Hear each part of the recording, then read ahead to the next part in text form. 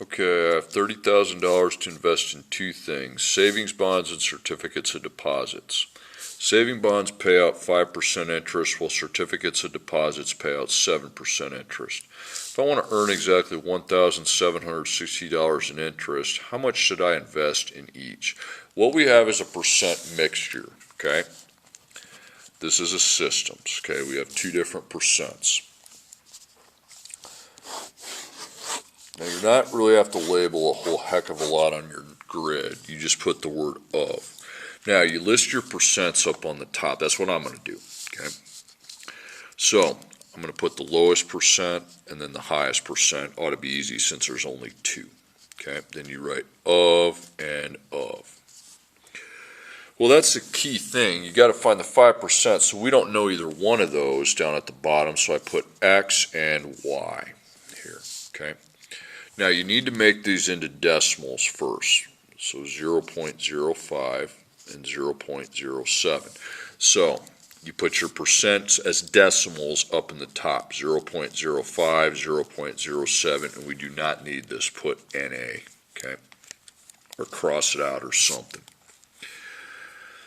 Okay, that means we will need these two. So, of what? Well, the 5% of X and the 7% of Y. We need to fill that in. X plus Y equals something. X plus Y equals how much you originally invest, okay? It's usually the higher amount. Then we take the percents out of these amounts, and I get that lower amount, the actual interest. So, of means multiplication, okay? So, it would be 0.05 times X and 0.07 times Y. Now, I would times here, but there's nothing to times by, because I'm going to have a number that's ready to go down there. So 0.05X and then 0.07Y.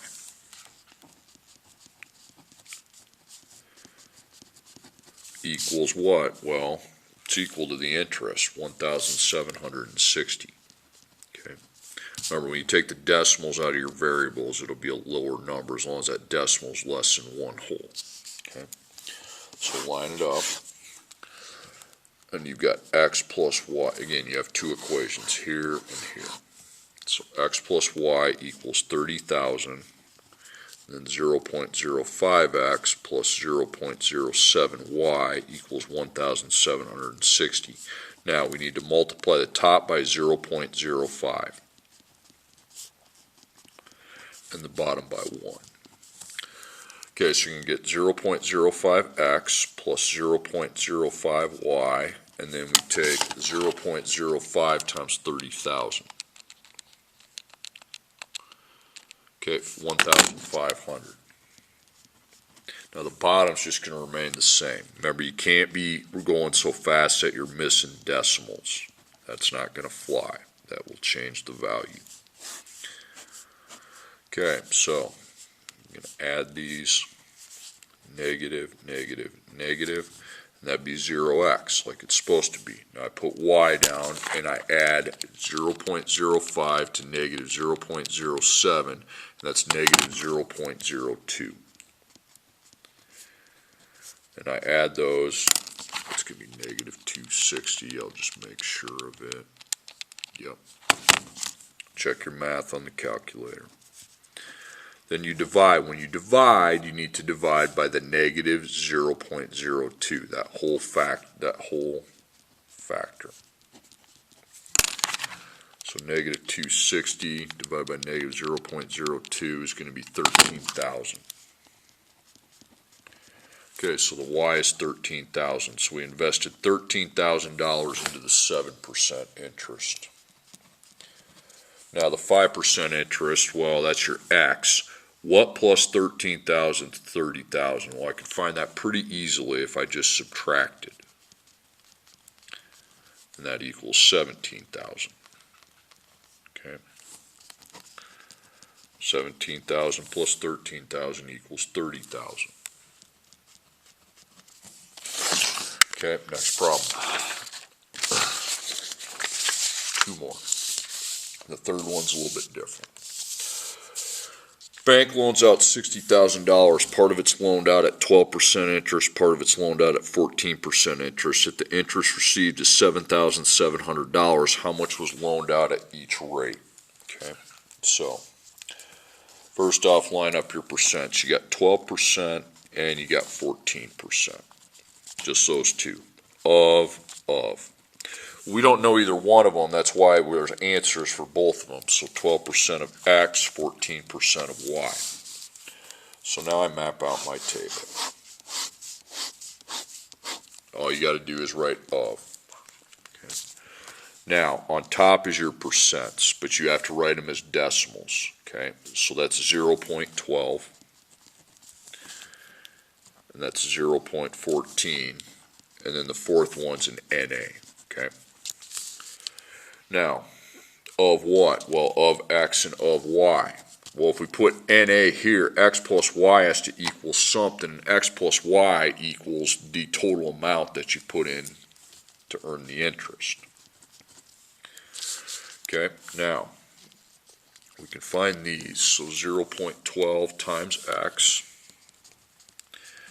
and 0.14 times Y. I would multiply here, but there's nothing I can multiply by because I don't have anything, so there better be a number ready to go to put down there.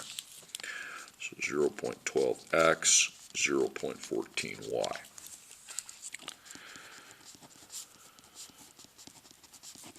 And there is, because when you take when you multiply these by a decimal less than 1, that comes out to the 7,700.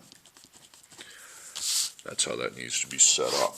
Okay, so you have these two equations. They're in a different spot. The percent grid's different than the units grid. X plus Y equals 60,000. 0.12X plus 0.14Y equals 7,700. Okay, start multiplying.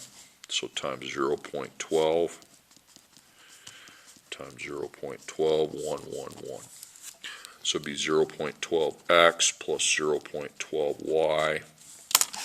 And I have to find 0.12 times 60,000, 7,200. The bottom remains the same, 0.12X plus 0.14Y, 7,700. Okay, you need to add these. Negative, negative, negative. So 0x. 0.12 plus negative 0.14 is negative 0.02y times y. That's what that means. And 7,200 plus negative 7,700 is negative 500. Then you divide by negative 0.02.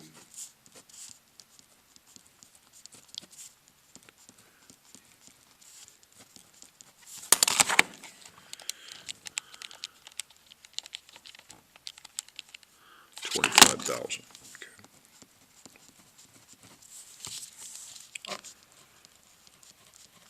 Okay, 25,000 is your 14%. All right, now what plus 25,000, 60,000? Well, how about you take 60,000 minus 25,000 and C? It's 35,000. That's your 12%. So no big deal. Okay, now to the next one. Wendy, who's a loan officer at a bank, has $1 million to lend and is required to obtain an average rate of return of 18%. If she can lend at a rate of 19% or at a rate of 16%, how much should she lend at each? Okay. Now you have 3% now. Put your lowest 16%. And then your highest 19%, then the average is somewhere in the middle, so it's 18%. You put, it goes low, high, in between, low, high, in between, low, high, in between. See, the first two is easy because it's just a low and a high, okay? It goes low, high, in between. So of, and of, okay? Make your percentage, okay? Let's put the word of, okay? See, the 19 and the 16 are what we don't know, so that's X, that's Y. Now you're like, well, what about that? Well, I'm going to know that. I'm going to know exactly the number that goes in for that. Okay, you got to make your percents into decimals, so 0.16,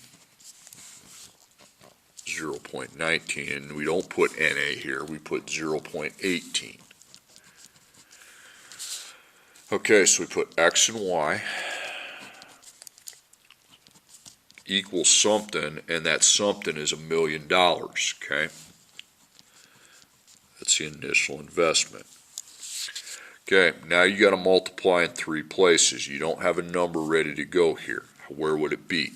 Well, you're going to get it because you're going to take 0.16 times X, 0.19 times Y, and then 0.18 times $1 million. Okay, so that's just expressed as 0.16x, 0.19y. I would definitely make sure I had good notes here so I know where this number's coming from. It comes by taking the zero. See, on the first two I didn't multiply, I had that number ready to go. They gave it to me. Now to find it, I take 0.18 times $1 million. Okay, should know that in my head, but 180,000.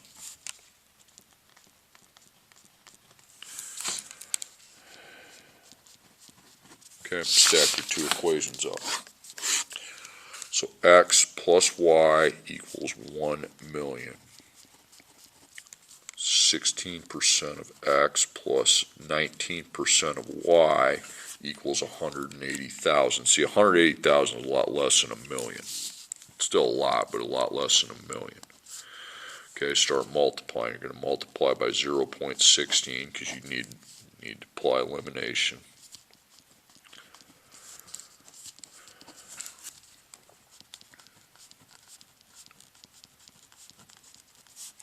This is going to be 160,000.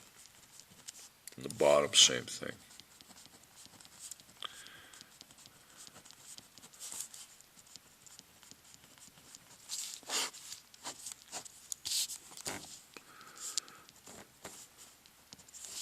Negative, negative, negative, so that's 0x.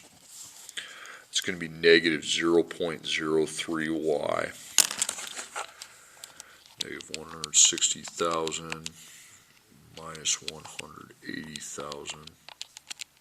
Negative 340,000. Okay. Or no, wait a second, I didn't do that right. That's negative 20,000. Why I needed a calculator for that, I don't know. Okay.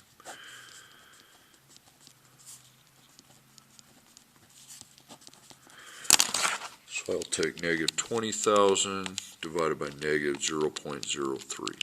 Okay. Whoa, that's a lot. Okay. I would not second PRB it because you're looking for money. I would just round the decimal off. 66,000. Get ready for this. 666,666,666.67. Okay, and that's your Y, so that's the 19%. I don't really feel like writing that whole thing in there, so I'm not going to. So, I'll do it. Can't help myself. Okay, then to find the X, well, how about you take $1 million and minus this $666,666.67. Okay.